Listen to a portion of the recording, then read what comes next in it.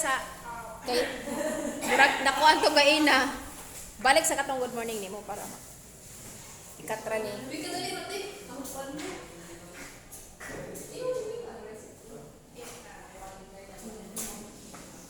Good morning, class. Good morning, ma'am. So we are done with our topic class meeting.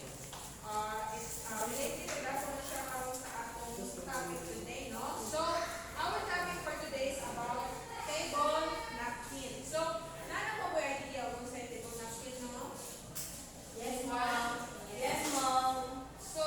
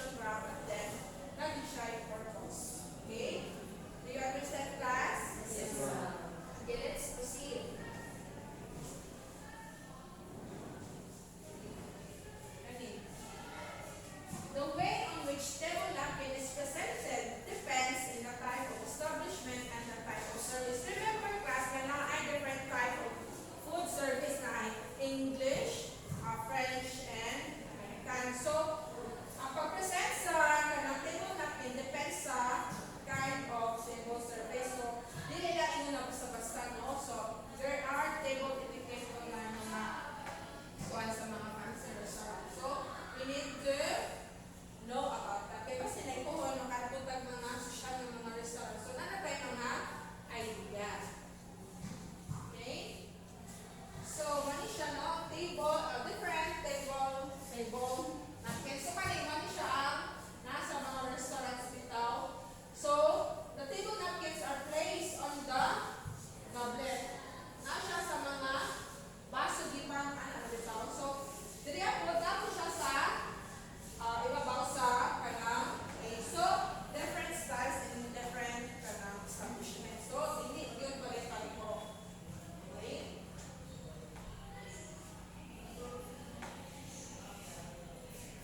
So, there are a lot different styles of napkin coating, but then I will be showing you just two. Kani siya ang mga table napkin, mga basic, dali siya kaayo, no? Candle, napkin fold, and the basic silverware pouch. Ang silverware pouch, tutara na siya o ganun mga utensils. No? Yan, okay, search on YouTube the different styles of napkin fold. Okay. So there are factors to consider in selecting table napkin. So, number one factor is material.